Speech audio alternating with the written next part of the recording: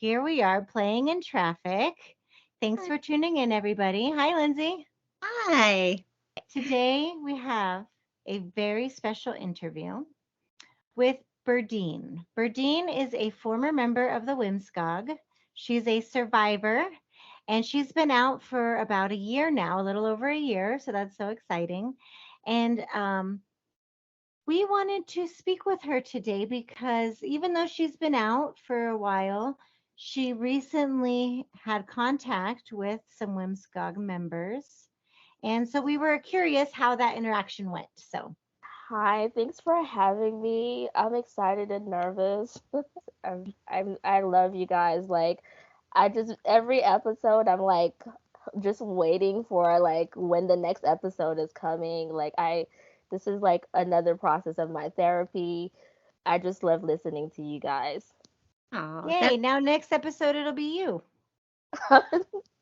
For me, like part of my healing was to tell my story. And I think might be same for you because I know you did an interview with Jordan with Right. Great Light Studios. I recommend everybody to go check it out. It was a really touching interview.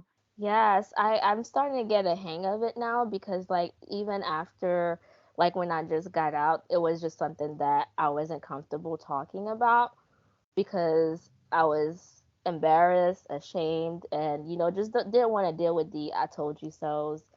So I never really talked about it, but the Great Light Studio interview was like I guess my breakout because it was mainly for me to tell my family because I knew they knew, but we never talked or addressed anything. So that was just my way, like my open letter to them. And how that. did they react? Did they watch? Yeah, they did. It was very emotional, and I'm an Yeah. emotional person, so it was just like a whole bunch of crying, you know. They were happy. It was something that they were praying for, and that's what happens. You just like I feel like people who are in situations like this, like you, Lindsay, you just like watching your sister go through this, and you just have to be so patient with everything, just waiting and waiting. It's so that was how it was with them. They were just always praying that my eyes would be opened, and I always like to say that it's like watching a family member who's like addicted to drugs or something. It's like you yes. can't do it for them. They just have to come to their own conclusion about it. Was your family surprised when they heard some of the stories on Great Light Studios?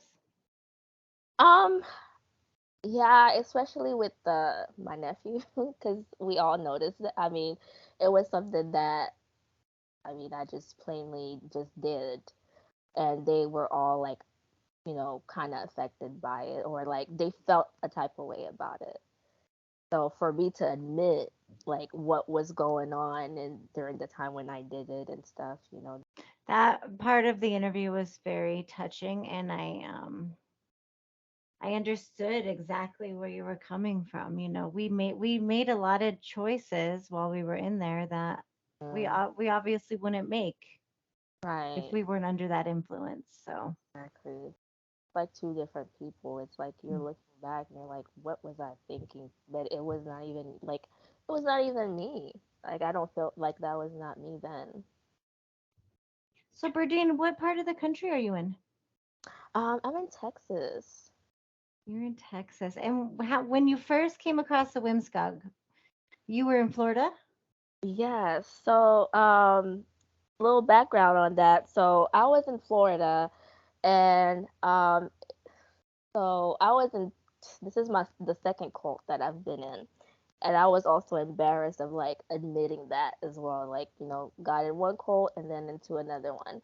But so shortly after I left the first cult, I just wanted to join a church, and Can I uh, stop you for a second? mhm. Lindsay is dying to ask you about that church. I am. And you don't have to answer whatever you don't want to, but Okay. she thinks it's interesting, that happened to you two times. I Mhm. want to ask you so many questions before the WMSCOG questions. I was just gonna wait and then ask you after, but um, could you tell us a little bit about your upbringing? like what your family dynamic was like religiously? Were you guys religious, or did you become religious after? Is that kind of what led you to that? Yeah, so if I'm being honest and a little more personal, I was born and I grew up in Haiti. So I moved to the States when I was 11, and at that time, my parents are missionaries. So until this day, they still are missionaries. So they go back and forth from here to Haiti. So I didn't grow up with them after I moved here. So when I went to college, but growing up, like, my dad's a pastor. That's all we knew. Like, we wake up and we would have like family devotion, and go to bed. If my dad is in the house, like, that's really like everyone's gonna gather around and have like, family devotion before we go to bed. So that was like, or routine basically. And so I grew up in church all my life. Even after I moved to the state, church was like, important to us. And so when I went off to college, I was in Tampa, and even while my parents were not there, but like, the people that were around me, or I guess my guardians, they were very like sheltered and very overprotective.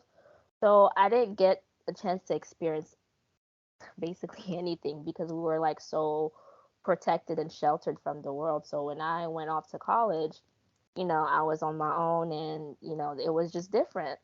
So after a while, I was like, yeah, I need to start going back to church and all of that. And that's how I came across the first cult, because my sister um, was also introduced to the cult first, and then Damn I sisters. Just right, she was talking so good about it, like saying a lot of things that she was like coming to realize. And there was this prophet and told her a bunch of things about herself that like no one else knows and stuff. And so slowly I started going, and then yeah, and then I that found one was myself there for 4 years. 4 years. That was Christian based also, like Yes, by it was Christian based also. okay. And then did your sister stay in it for 4 years, or was she kind of in and out? She stayed there longer because after I left, she was still there. And and that's how I'm saying it was a cult, because our communication, we didn't have a relationship afterwards.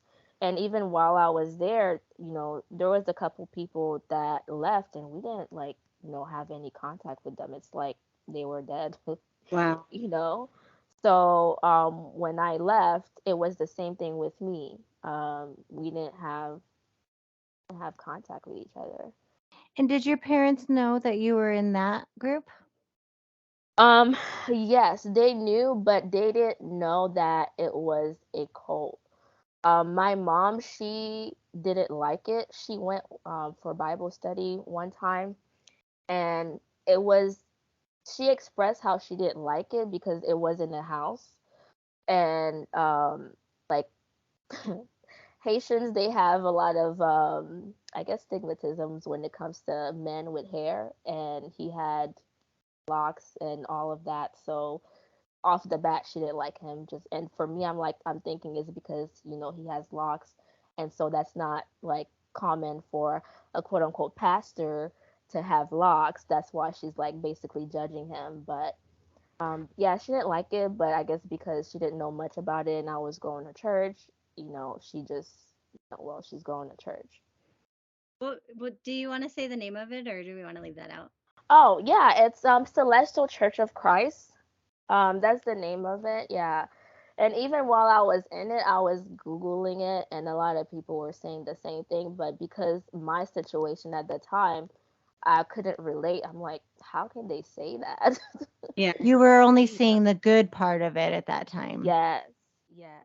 Did that Yeah. group do the same thing with the internet? Like, stay off of the internet. It's evil. No, not at all. Not at all. And it was more profound because for me, when I was there, like I really thought I was getting closer to God because there's a lot of things that I was learning that I didn't know. I feel like I was becoming more spiritual. Um, but really, um, they were practicing dark magic on us while we were there just to keep us, because we were a small group. Although they do have like, different Celestial Church of Christ type of churches like scattered around, but for that particular church, they were doing like dark magic on us. And it was one of those situations where, like, I was practicing it and I didn't know, Ugh. until I left. Was it a doomsday church? Did they have that like No, prophecy? Okay. not at all. It was just like, dreaming, um like lighting candles and praying and like chanting and um doing seven hallelujahs, the four corners of the world, and or like kneeling down. And then whenever you worship, you wear like a white robe, which they call a sutana. And men and women were also separated. And whenever, for females, if you're on your period, you cannot come into the sanctuary, you have to like stay somewhere else. Yeah, a lot of quote Typical. unquote anointing. Which is in the Bible. That part is in the Bible, Right, giving the saint right, not being able to go into the church. right. So which is why it's like, yeah, it's in the Bible, so that's normal. So, but really, no. Yeah. Okay, so you leave this group and you're like, oh my gosh, I was just in a cult. And then how long after that where did the WMSCOG find you and preach to you? The funny thing is, I didn't even realize it was a cult even after I left. Um, but so I left in June, and in October, that's when I found the WMSCOG. Wow. Yeah. Oh, that's interesting. So when you left, you weren't like that was traumatizing and that was a cult. It was like maybe after that you went through it. Yes, it was after, because what kind of blinded me was that everyone that we had a close circle. So everyone that I knew, I was the only one who left. And everyone else, like my best friend, my sister, I even brought my best friend into this cult. So she was still there, and the fact that I still saw that they were like, yearning for God still, despite everything that happened, it kind of made me still want to go to another church. I'm like, I'm not going back to that church, but I still need to find a church. And so I didn't realize like that's what it was until like I left the Wow. WMSCOG. Okay, so you're in Tampa and the WMSCOG, did they come to you on campus or were you just out in the No, I was at the mall. I was at the mall and I was looking at the store directories, and two ladies just approached me and was like, "Hey, you know how we preach."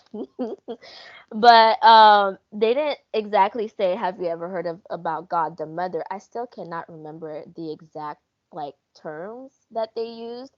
But then the fact that I was looking for a church and they're like, the female spirituality or something like that, it caught my attention. I'm like, really? It's in the Bible?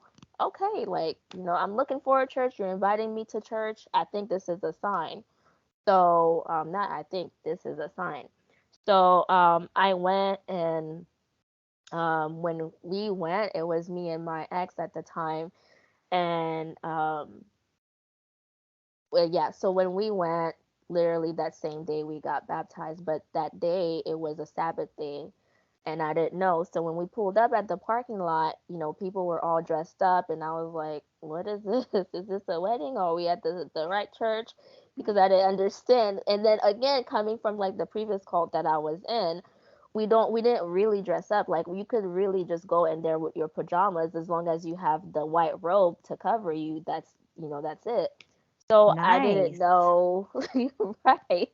So I didn't know, like, oh, I had to dress up. Like she didn't tell me, I had to look a certain way, because I would have if I knew. So we turned around and we went back and changed. And when by the time we came back, it was time for service. So I didn't know. I'm like, I thought this was Bible study, but we're in a whole service. And the only what caught my attention the moment I walked into the sanctuary is how they separated the male and female, and then they had their heads covered. You would think to me that would be a sign, but the fact that I was still in a vulnerable spot, there's a lot of things that I did not like, all the red flags that I could have just like, okay, this is what you need to watch out for. I was not thinking about that at all. But you were kind of used to that because that's how it was in your other church. So Exactly. that would Yes. seem pretty normal. Right. So that was my mindset at the time. And so I sat through service. I didn't get their style of preaching at all, but I was like, okay, like, some things that he was saying, they made sense. And when they were singing the new songs, and they were singing about mother, and I'm like, okay, well, mother who? And so when we were walking out, I asked my branch, I was like, so you guys are singing about mother. Who is this mother? Is it Virgin Mary? And she said, well, we're going to study about her. So after the evening service, we were there basically until 12 a.m. We were just studying, and and that's for me because I wanted something new, and I was like, I think this is it. I wanted to get baptized, and I've always wanted to get rebaptized, and I was like, this is it. So I got baptized. Berdine, I think you're the first person, and Tony, you can correct me, but it's not usual that they let somebody that hasn't been baptized into a service, right? Or a Saturday. Every once in a while. But see, I'm thinking about her like going home to change because she wanted to, Ready. like make a good, make it and be like everybody else in the church and, show her respect. So, they were like, this is going to be a good fruit. And they like love bomb her and give her like the best time, right? Don't you think? Yes, Yeah. yes, Like I can yeah. already think like, oh, what a beautiful mind she has I didn't to even think come, about you that. know. I'm hearing you say that, and I'm like, I tried so many times to let Tony's stupid. Yeah, but what's your attitude though? Like, of course they don't want you in there because you're gonna be confrontational. I wanted to go to a service so bad, and they wouldn't let me. Wow. Yeah. Yeah. Okay, so That's true, though. yeah, so interesting. It's so interesting. Okay, so then, Berdine, how long were you in there for? So you got baptized. So I got baptized Was it in 2011? Is that what you said? 2015. 2015. Okay. Yes. So, afterwards, like literally, like I just jumped on like, hands in, both feet in and everything. Um, my ex at the time, he didn't really care for it. So, like after work, after I'll get off from work, I'll go, to the church and study and stuff. And it was just that was my routine until it was time for me to move to Texas, which in January of the following year, I moved to Texas. Now, when I moved to Texas, I'm thinking it's just going to be the same thing. They already told me, there's a church in Dallas, and that's where I'll be transferring to. So I'm Did like, you move? okay, great. Did you move because the church asked you, or you had like another reason to go to Yeah, Texas? I had another reason. I was already planning on moving. So all of that was not going to change. So, and whenever they told me, well, there's a church in Dallas, and I was like, okay, well, great. So January came and I moved, and whenever I moved, I flew and I had like transported. I had them transport my car. So I was waiting on my car to get there, and my car got there exactly Saturday. And so I was like, okay, great, I can keep the Sabbath. So I live 2 hours away from Dallas. Oh, Okay. So I was like, I need to go. And I drove to Dallas, not knowing like I have phobias, not knowing that I would like encounter those phobias on my way there. So that was like a rude awakening for me. And I was like, no, I'm not driving to Dallas for Sabbath. So at least I checked in so they knew that, I just transferred, and, they knew that I just got baptized and all of that. So when I moved here, it wasn't for college, and, my family's here. Um, so I went to college. And at first they were preaching, like they were studying with me over the phone, and the deaconess would come like maybe once or twice a month and actually study with me on campus. And so even through all of that, like I was going through my own personal trials at the time. So me being in a new state, you know, I'm a friendly person, but I'm shy. So I'm not gonna put myself out there and like trying to make friends or anything like that. So that was something that I was always looking forward to, like those Bible studies. That was like my routine basically. We'd constantly have Bible studies. They even taught me how to keep service by myself.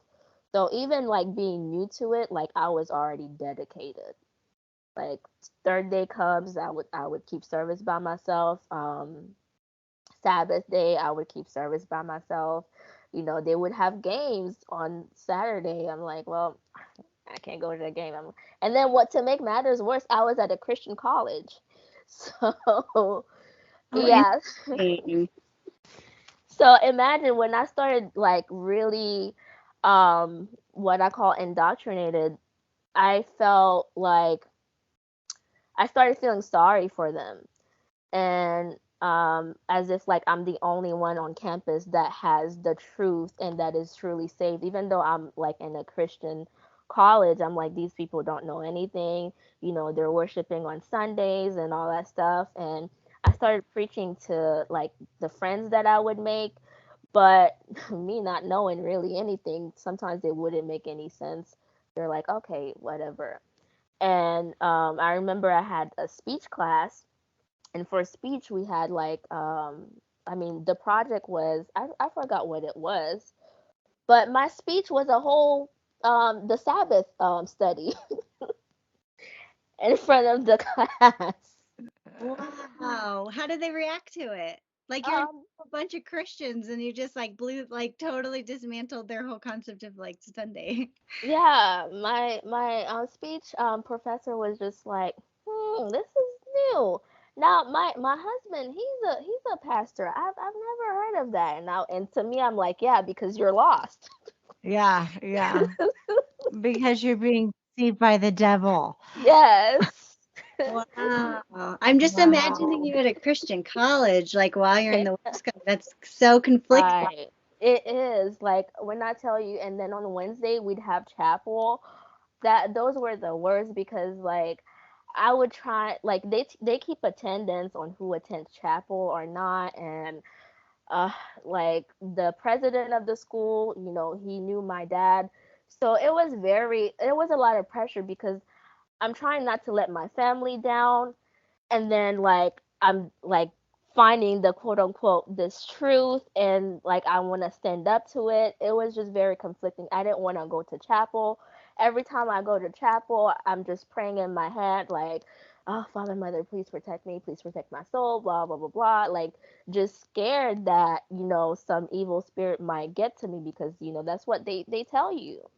And That sounds so so torturous. I'm so sorry. I can't even yeah. imagine having to go through that battle like that. Yes, like it was a lot of pressure. It was a lot of pressure just being there, because it's like, I'm in Babylon. Mhm. Yeah. So that was it. But after I graduated college, so that lasted for a year and a half. But after I graduated, and the same cycle kept continuing, they would come and they would drive to the campus and study with me and all of that.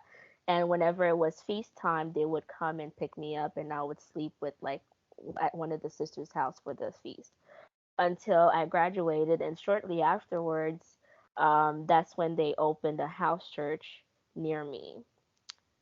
And I was the first member there, and I made my roommate, which became like my best friend. She was like the first one to be baptized there. Wow. Were you a house leader or anything, or they just moved down there and then you moved into or started going there? Yeah, so they moved there and I just started going there. Yeah. So, yeah. Yeah, so then how long were you in that little house? I just have a little few questions about that. Like, did it eventually grow a little bit to become a little bit bigger? No. No, because we kept losing members.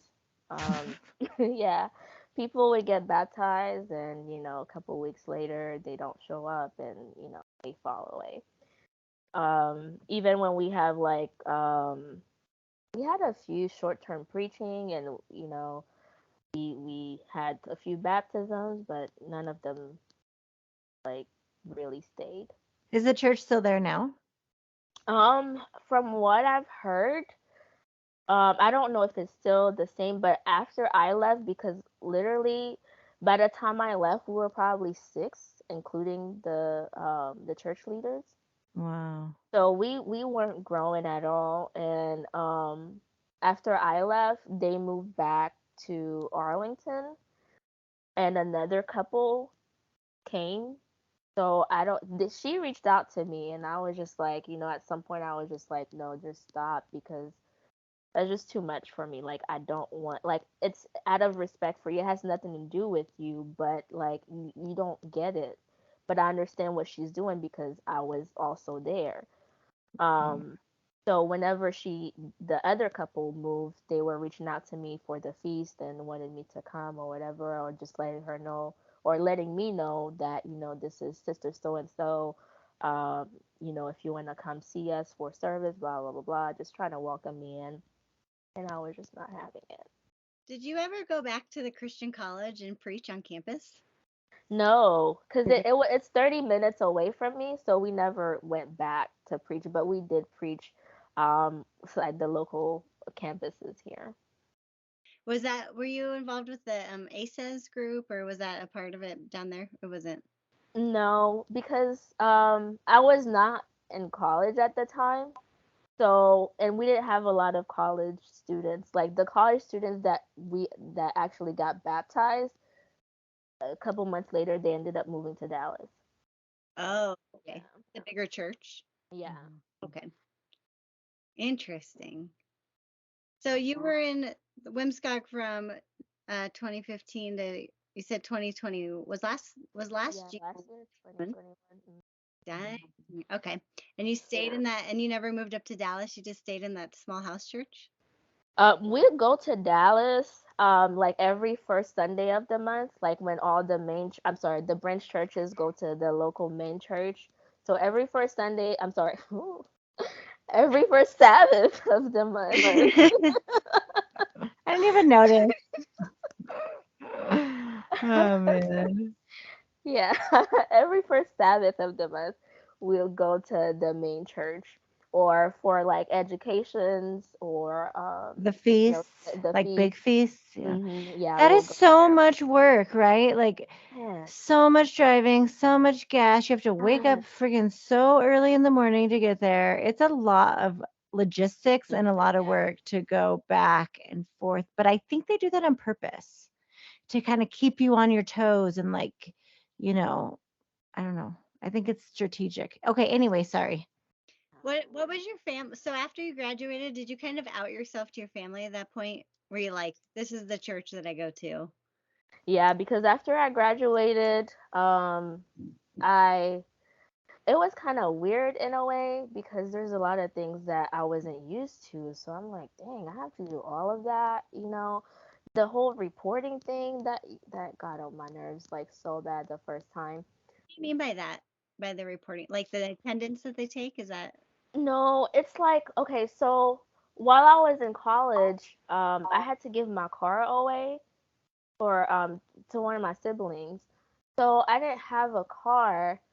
Um, and then yeah, so I didn't have a car, even though the house church was literally like if I drove there, it would be like 3 to 4 minutes away from me. okay? So even though I lived so close, but the route to get there was not just like a straight route. So I didn't have a car, and the sister, there was another couple that takes like that basically has to drive by my apartment to get to the church. So I'm like, okay, well maybe I can ask her for a ride and stuff. I have to ask the church leader first if this particular sister can pick me up. You know what I'm saying? Like, that's so stupid. Why do I have to go through someone else? It's either you can pick me up or not, you know? And then I remember I got pow-powed. One of both of us were new at the time, but my neighbor downstairs, he was a fruit of the Hold other on. couple. When you say pow pow, do you mean like No, wait, you guys don't use that term? No, I no, we like do you mean in the church? Yeah, in the church. Yeah, like Like it would be kind of the like spanking, like you're in trouble, like pow pow. yeah, whenever you get what's the word? It starts with an Rebuked. R. Yeah, rebuked. is that what Yeah, you they Yeah. would do it a lot with the kids. I haven't heard that in years. Pow pow. You want to pow So we pow? don't say rebuke, we say pow pow. Really? Yes. Oh, Yeah, they don't say damn. we got rebuked. They say I was we got gonna pow listen to the story and see if I could figure out what the word pow pow means. pow. Okay, okay, okay. Okay, sorry. Okay, back to the story. So my neighbor downstairs, uh, he also he was new and he was a fruit of the other couple. So and it was during fall, so you know how it gets dark like early. And I still didn't have a car then. I mean, I was still fairly new. It was a few months after the church opened. So I was like, oh, okay, well, we have a preaching meeting tonight and I'm going. And I asked him if he was going and he said, yeah. So I was like, oh, okay, can I ride with you? And he said, yeah. So we pull up and I'm in the front seat and it's a male, it's a brother. So you know that's a big no-no. It And is yes. to sit in the front seat with a man, Yeah, cuz like alone in a car like that. yeah, cuz I was supposed to be sitting in the back because, I'm not married to him or not with him. So, yeah, Uh, I was supposed to be sitting in the back. I was supposed to be sitting in the back, and the main thing is he was not supposed, even though he lived downstairs from me, I was not supposed to get in that car at all. The other couple were supposed to pick me up. So it's like little things like that. I'm like, that makes no sense. you went from doing your own, like being dedicated on your own and like doing your studies over the phone and like keeping service to then now you're being micromanaged Yes. years later. Yes. This have been so annoying where you're like, Oh my gosh. what I'm doing, guys. I've been keeping service by myself for 2 years. I'm like, what is the need? Like, what did I do wrong here? And after the preaching meeting, I went in the back room with the sister leader, and she was just basically telling me how, like, no, we do not do this here. We don't do blah blah blah blah blah. I'm like, I just needed a ride. Whoa. Yeah. So So would you have to like report every day if you were going to go to church or not, or like yes. if you're going to go to preaching, if you're not going to go preaching, Mm, why? yeah. Mm-hmm. You have to report every day to your leader. Everything. Yeah. And so that really annoys me because I'm like, I'm an adult. yeah, like, and I have to tell you everything, like why I'm not doing this, or if I choose not to go for preaching meeting today, like, oh, I have to make some type of excuse. Like sometimes I'm just tired, and I just want Mhm. like, I just need my own space or like time to recharge. Mhm. And yeah, Like in a normal life experience, that's a normal boundary to have as a person. yes, and that's how it was because I come from work. Excuse me, I come from work. I go to Zion, and after it's like the same thing. And even after a Saturday service Sabbath, that's like the longest day like throughout the week for us. So I get home late and I just want to sleep in a little bit, but I have to wake up early. Like for me, I like to start my week on Sunday. I have to prep everything what I want to do for that week. So if I don't have like make time for myself for me to just have enough rest after I just came home so late from keeping the Sabbath, and I have to cook, I have to do all of that, and then like a few hours, not even a few hours later, a couple hours later, I have to like disrupt that momentum just to go to preaching meeting. Like that's just too much. Like, cuz we were there every day. Even though we were not really bearing fruit, But it was just like, yeah, I mean, we're not bearing fruit because we're not preaching enough, or we're not, um, Repenting enough. repenting enough. Yes. Yeah. You said that you're a little bit shy, so how was preaching for you? Was it awful? Oh my gosh, yes, because I can be very awkward at times. I Me can be too, very girl. awkward at times. So, like, for me to just go to random strangers and just preach to them, at first it was like I would just let, the people who have the experience lead the way, and I'm just like in the back just watching everything. But then they started pushing me and like, no, like you have to preach to this person and preach to that person. And so, with practice, it just I just went and started preaching. That's the hardest part for me to imagine Tony doing, because she's kind You of like, make yourself. It's for salvation. You'll do Wow. anything. You'll do anything. Is there any other stories you want to share about when you were in there? I thought like whenever you're married into the church, it's a great thing, like I didn't think husband and wives get into argument as much, especially when you marry into the church. So for me to witness that, it was just constant, and that was not something that I Was wanted. that your church leaders that were arguing? Yes, yes, they do they not, they do arranged, not get along. Yeah. they were arranged marriage. Yeah. Oh, okay. And then they would fight in front of you like you're their little child and they were having this like conflict in front of you. Ugh, Yeah. yucky. Oh my God, that would be so awkward. Oh my goodness. Yeah. So Yeah. the sister, she's Korean, and the brother, he's American, Caucasian to be specific. So, for her, it's like, well, I'm from Korea. I know how things get done. And he just wanted to be more of the, like, let's normalize things. But no, it's like she ran the house church and he was the opposite.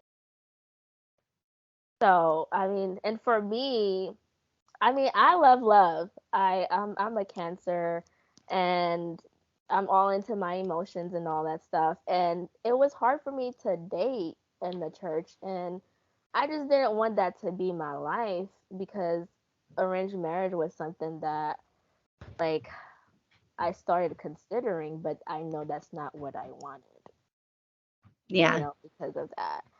So yeah, it was just a lot of the quarreling, and I just seen a lot of things that just did not make any sense, but just went along with it because my salvation is more important. You were you ever presented with the opportunity to be arranged?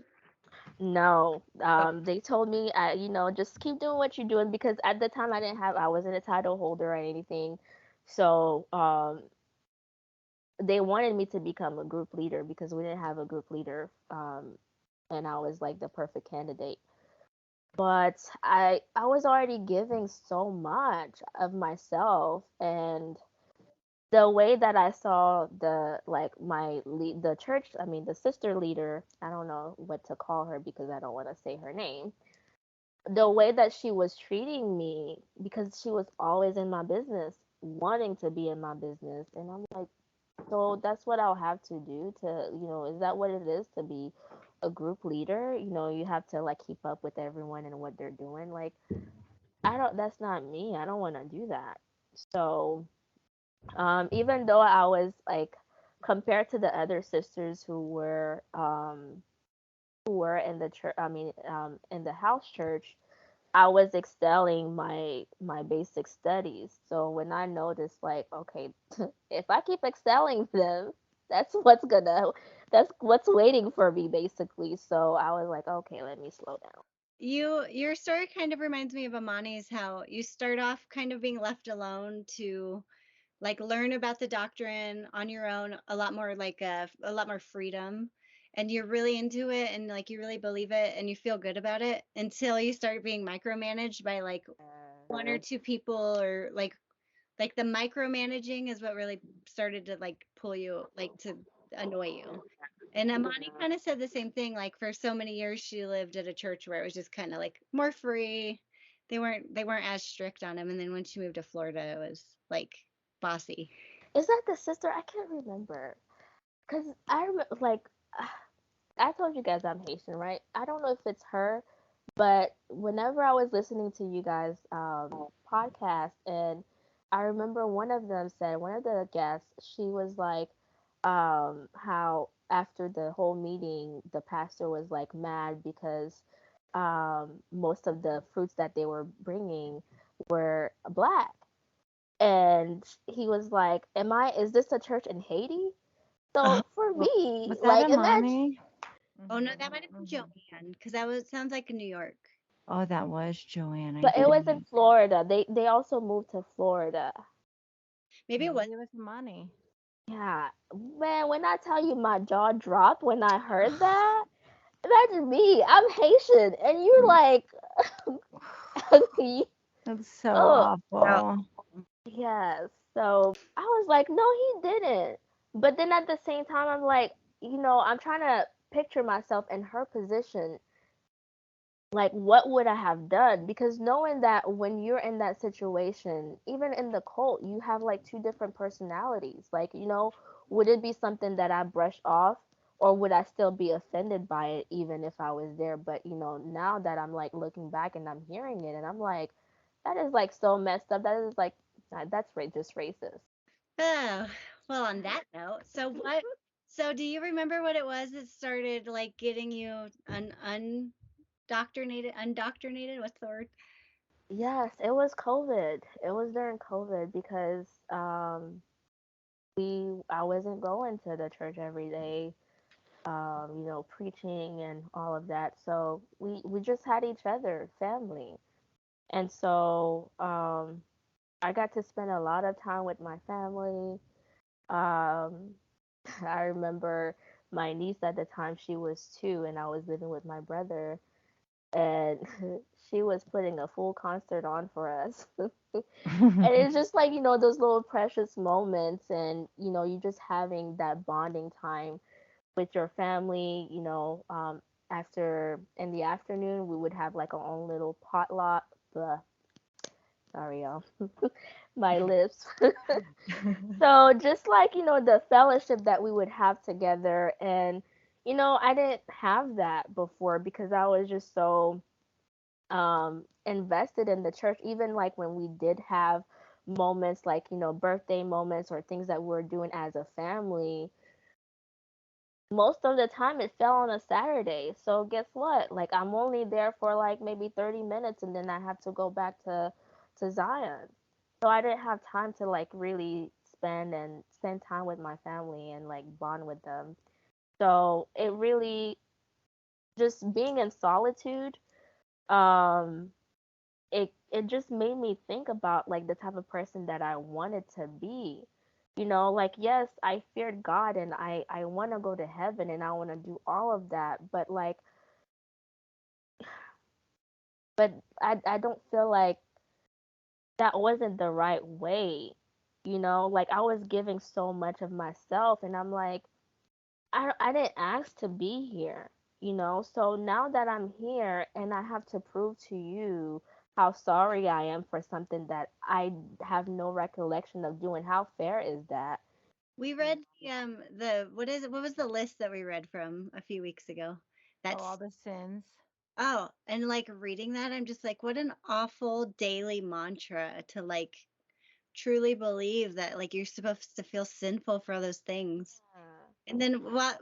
So in 2015 was that during like the Jubilee end of the and Doomsday?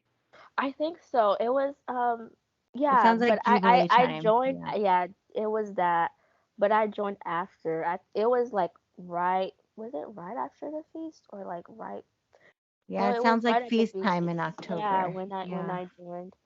But I didn't they didn't teach me about it, so I was just going for, they had to take it slow on me.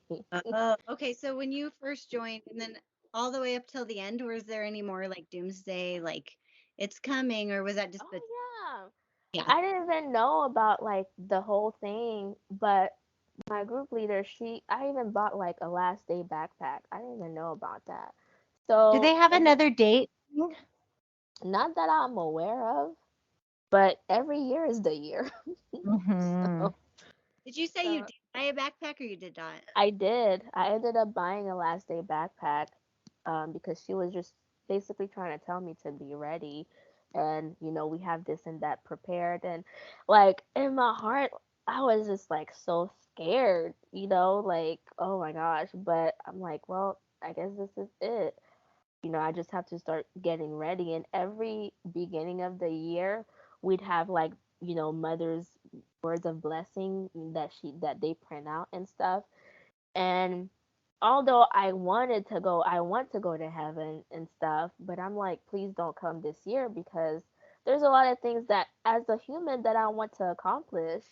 And the fact that I had nothing going on for my life except for this church, like I want to get married and I want to have a better career, like, be like, there's goals basically. And to me, seeing that I was not accomplishing any of that, I'm like, don't come yet. Not this year. I mean, I can't even imagine you guys. I think of your group sometimes in the middle of the night when I start to panic about knowing that I just have to die in general. Like I don't even like knowing that like at the end of all of this, even if it's 50, 70 years from now, like We that's used to pray, Father, please come Please come. today. But Mhm. like we would say it, but in my head, I'm like, oh my God, no, no, no. I want to No, see my yeah, children grow up. I want to live, exactly. live my life. Yeah, I don't really that's want to die exactly how today. I felt. Oh my gosh. Yeah. sorry that you guys went through that. That sucks. That's traumatizing and crappy. I have one more question about this. Does the church sell the end of day backpacks, or you just like go get them and you fill No, them? you have to buy them. They, You It's buy them. expensive. Like we went to a surplus store. Let's see, we have one over here. It's like an army surplus. Everything is so expensive. Remember when you moved? You had like a whole closet full of prep stuff, and I was like, And "This is water. Did you have a lot of water, Berdine? yeah. Yeah, I had like the filters and all that stuff. Yes. yeah." We have a big camping trip and use all of our last day stuff. To be honest, I don't even know where I put it, so I'm screwed.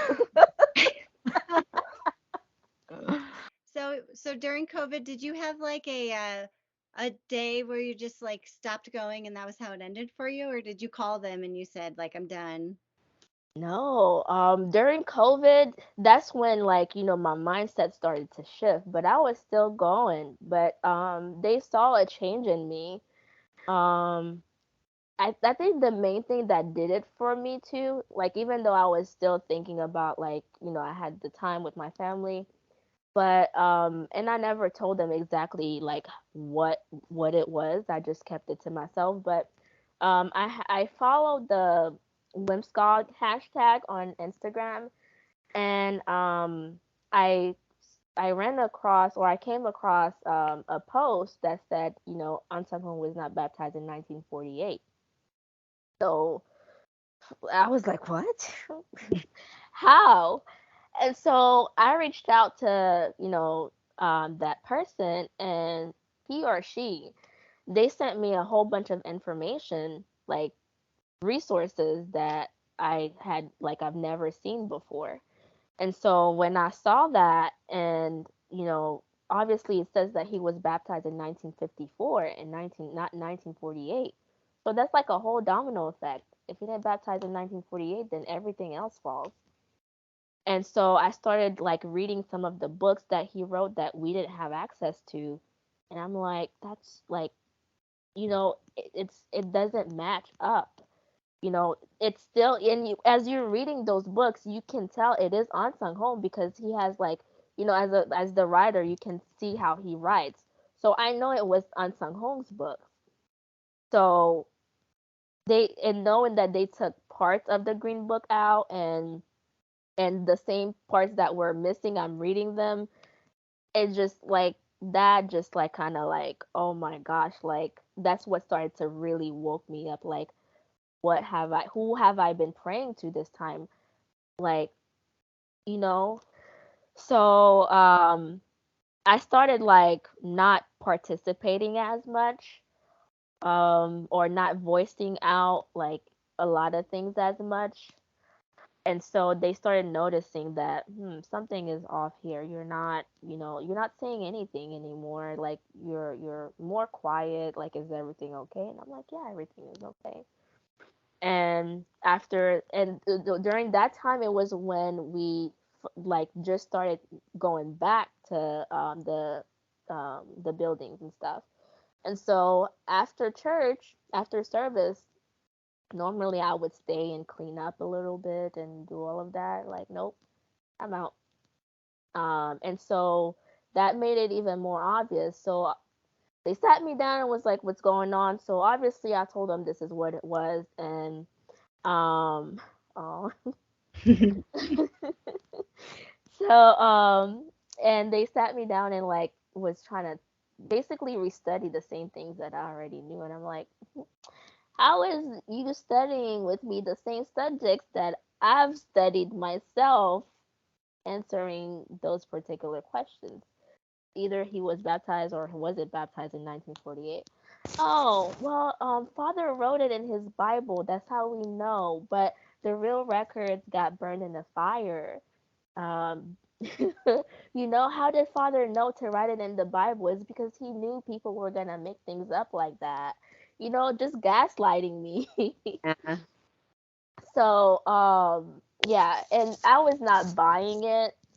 And my spirit just was not like the same anymore. I didn't feel like, something is off. But I was still hanging on because I'm like, I still believe in the seven feasts. I believe in the Sabbath and all of that. So if I were to leave, even though like right now I don't believe in this anymore, but where am I gonna go? Because I still believe in the Sabbath. So I would just go out of obedience, and in my heart I would pray. I'm like, I don't know what's really going on here, but if you are real and if this is truth, you have the power to change my heart and my mind. Please, as I'm going, I'm doing my part by going. So please change my heart. But, obviously that didn't happen because it's not the truth, because and within me I wanted to do what was right. I want to be a God-fearing person and all of that. Our goal is to go to heaven, so of course I don't want to perish. So that's how I ended up leaving. But the week that I left, it just I was assigned to cook that day. That Sabbath. And I feel bad, but I just didn't have it in me. I'm like, I can give you the money and you can buy food, but I'm not showing up. Wow. And then you never went back after I that? never went back. Yeah, I just sent them a long text and I was like, look, this is nothing between you, but I am disconnecting myself from this group. I'm no longer a member. Please don't reach out to me. And then 2 days later, they showed up at my door. I don't know if Tony, we've ever talked about this, but Tony and her baby were really sick, like right when she first joined. And I lived with them at the time, and they came to our apartment looking for them. And I thought that was so creepy because they had only been out for like, they were like super sick, like with the flu. They didn't go to church for like, it was like one day, and they came knocking on the door. And I was like, you guys don't not want to come in here. We have a lot of germs, But I was like, that's freaking weird that they knocked on our door, like the audacity to come knocking. Yeah, they made it like it was so like I guess nonchalant in a way, because whenever I text her and I was like, no, like I'm not going, and she was like, well, I've known you for 4 years. You can talk to me, like this is just taking me by surprise. And I was like, no, it's nothing against you. I'm just done. And she just left it at that and was like, okay, well, thanks for letting me know. And so I'm thinking this is it. And for them to just show up like 2 days later, I'm like, who's at my door? Oh, that wasn't what she said when she came to the door. That was on the text.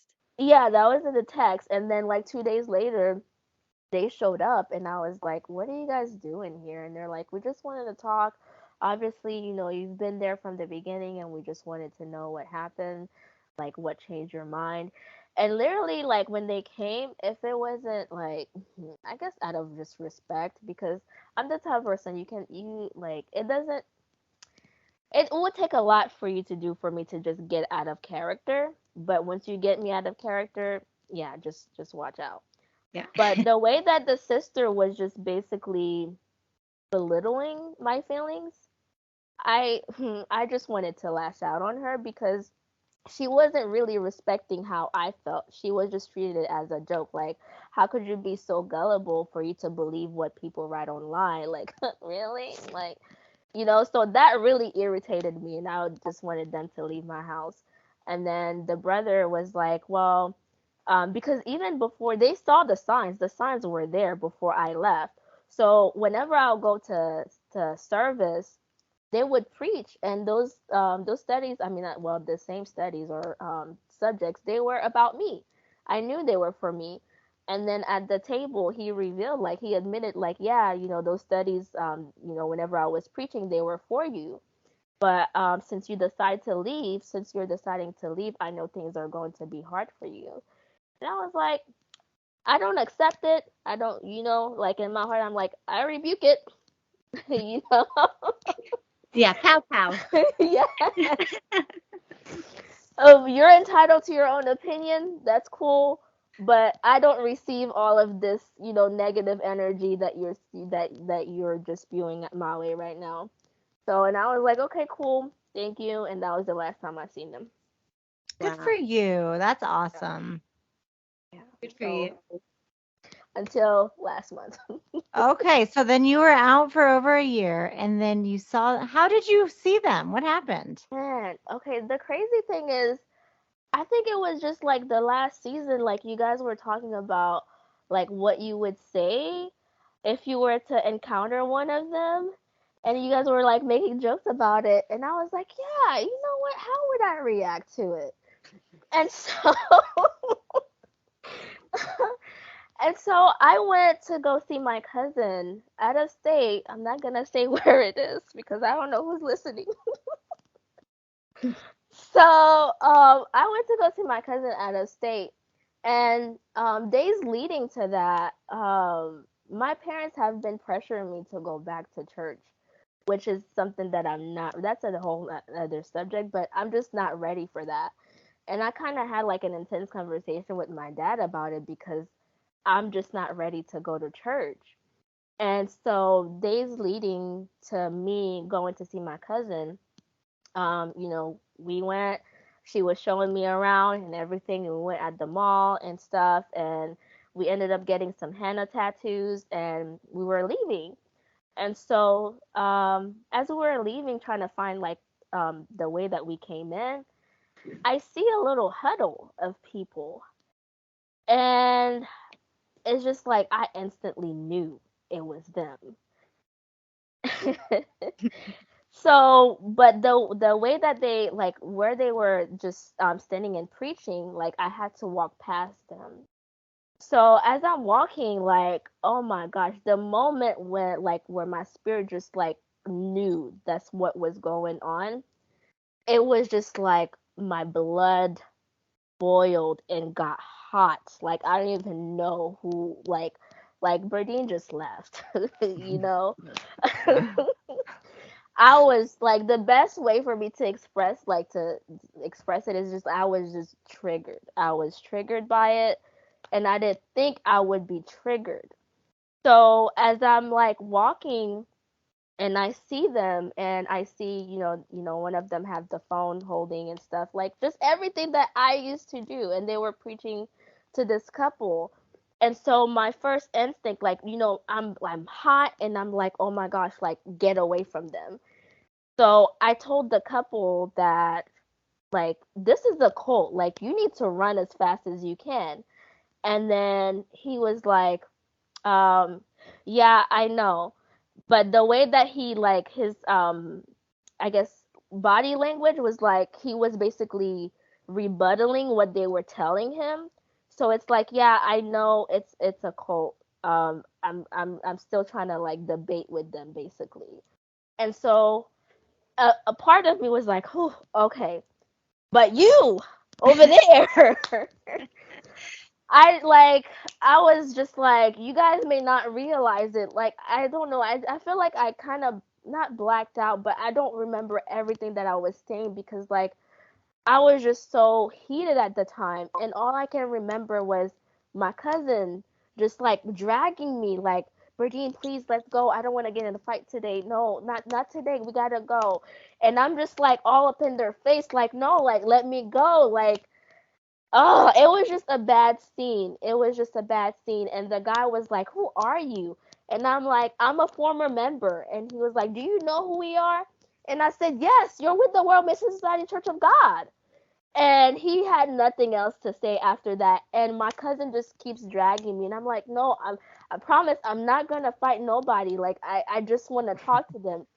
But for me, it's like what I wanted to say versus what actually happened, two opposites. Because I wanted to have like a loving conversation with them and just like help them see like from my like a perspective of a former member, but that's not what happened. You said I didn't think that I'd get triggered. No. Like we have this expectation of what we want to say, what we would say, but in the moment, it's okay. Oh my God, I know I would be triggered. I don't know what I would do. I don't know. Yeah, and it's like my first time seeing them since I left, Yeah. and I'm like, I'm not even in Texas. I'm in a whole other state, In a and this is mall, you how, got to yeah, stay out of the mall. No more malls for you. right? And that's how my night ended. Like my first night there, like that's how it ended with me confronting them. And I felt like after I came back to my not my senses, but I calmed down, I felt really bad because again, that's not how I wanted it to be, you know? And I'm like, it's probably just reassuring his faith though because I persecuted, quote unquote, persecuted him, you know? So I just, even right now, I'm like, I hope I don't act like that, you know, if I were to come across them.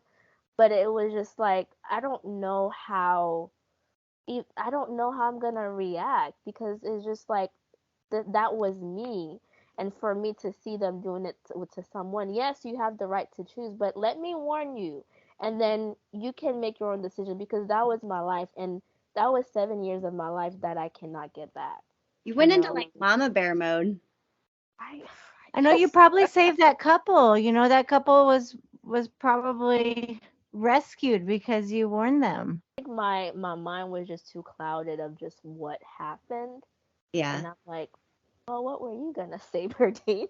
And then, like you said, to see them doing it to somebody else, watching somebody else becoming a victim, Right. that is infuriating. Yeah.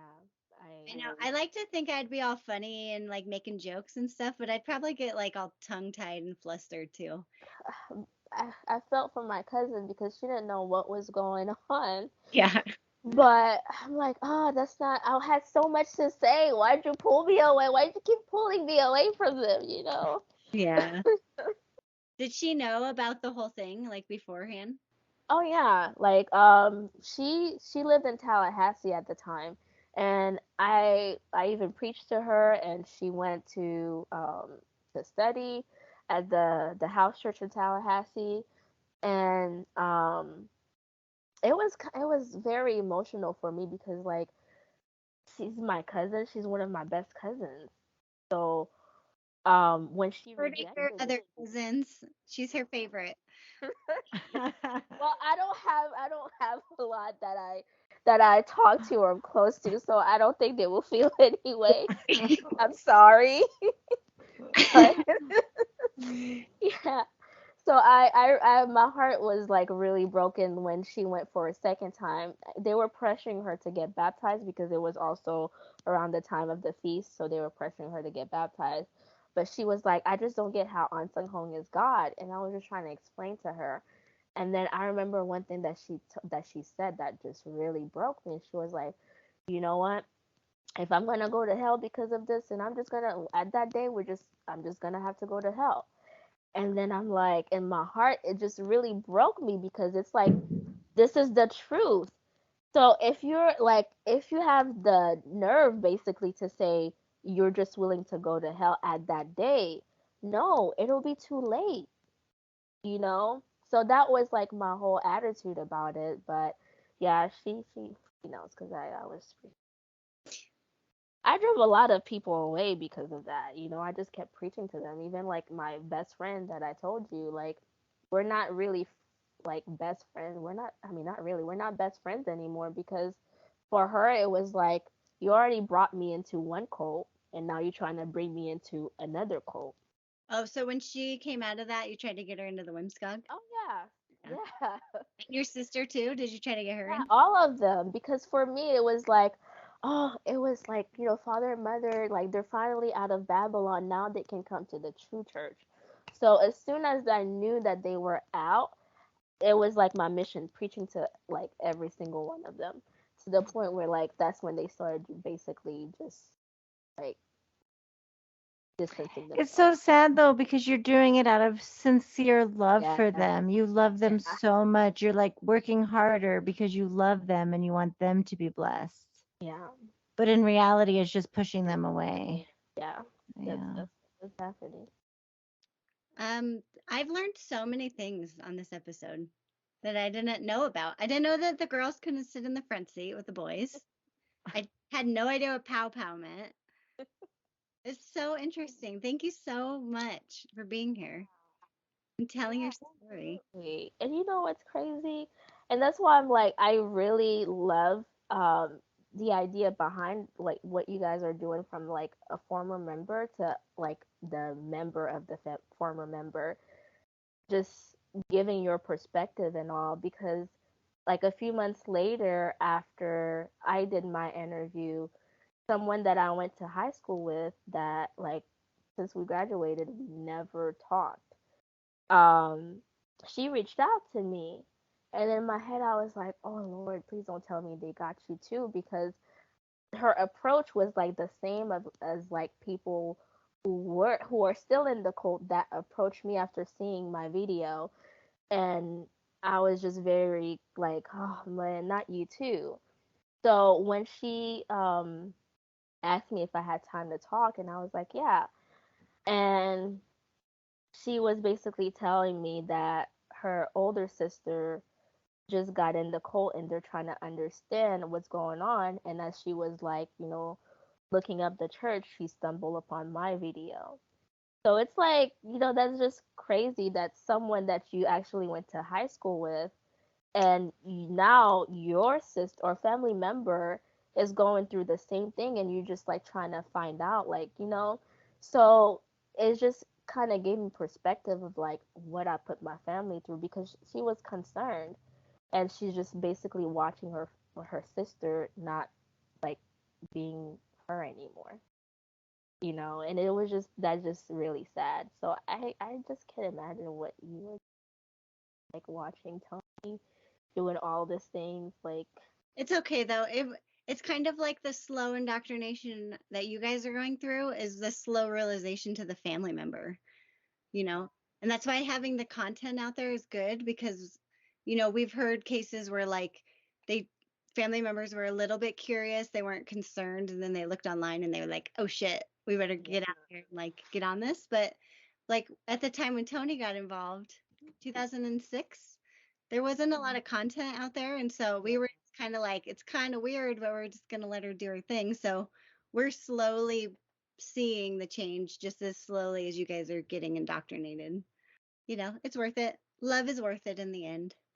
um, but and that's the sad part, because again at the end your family and your true friends are the one who's there for you, you Right. know and not them.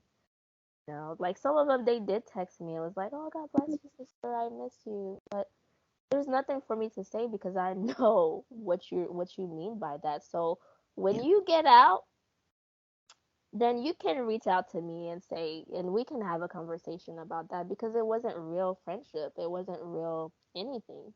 Yeah, it's still hard because like one of my friends from college, um, her and her boyfriend, they were my fruit, and she's still in it. Even after I sent the video to her as well, and I sent her a message tied to the video, and she just said no, thank you. So do you Wow. think she didn't even watch it? Oh no, she didn't. No, she didn't That's the watch it. hardest part. We're putting out this content, but the people who really need to hear it aren't listening. Yeah, But that's okay.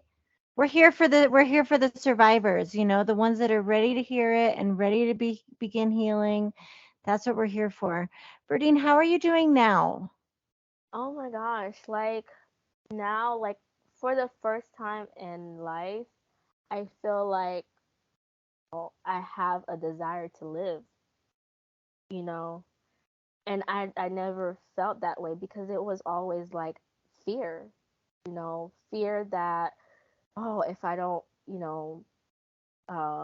carry myself a certain way, I'm going to hell, and all of that. But no, like right now, I'm happy. I'm the happiest I've ever been. Um, and people around me can see that, and I'm just happy that I'm out and I didn't give more of my time to them. I'm literally walking towards my goals and accomplishing my goals. So I'm in a better spot than I ever was while I was in the God.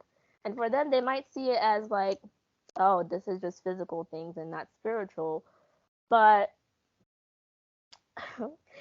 this is what I have like a hard time like accepting because again, who are you to say like whether or not I'm walking the right path or not? You're not God. I'm having my own relationship with my creator.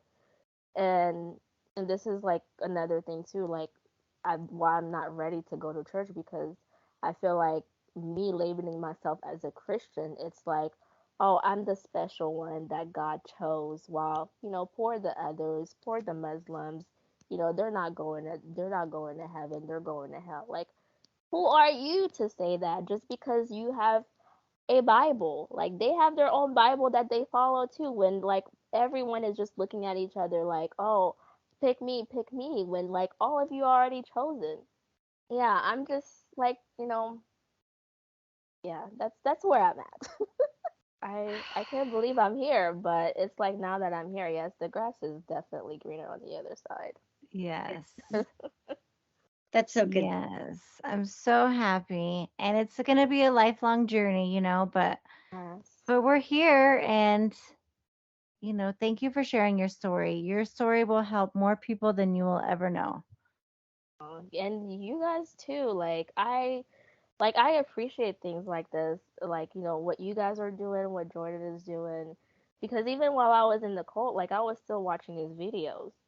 So, I do give props to him and, people who put contents like that, because it's, when it's time, like, your mind starts opening more and you realize certain things. So it's never in vain. And coming from a former member and a concerned relative, that's just like dynamic duo, I think.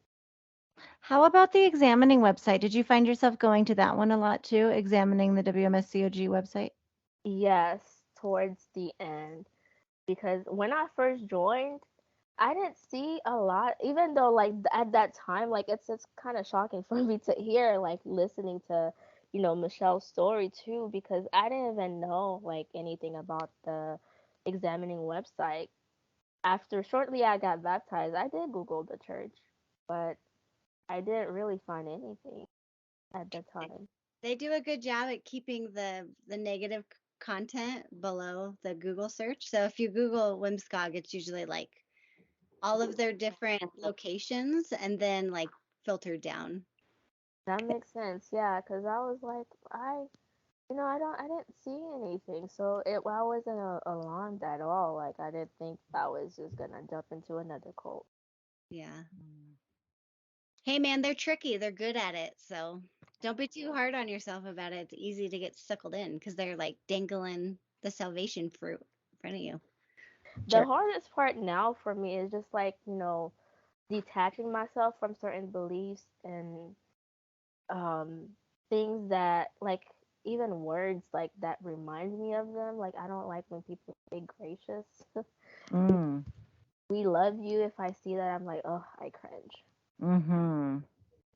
So that's the like And part. apparently, seeing people getting preached to at the mall Oh is very yes. triggering. I can Yes. completely understand that. Aw, It's really nice to have a new friend, a new survivor friend, because only we really know what we went through, like exactly. nobody really knows. And there were good things in there, there were good things that we take with us, but we can help each other through the hard times too coming out. So I'm really Yeah, glad that you're out now. for sure. Even when like the whole encounter thing happened, it was just hard for me to like talk about it. Even though I'm like angry and I just want to vent, it was hard because it's like people who haven't been through it don't understand, you know? So it's just hard for you to talk to people.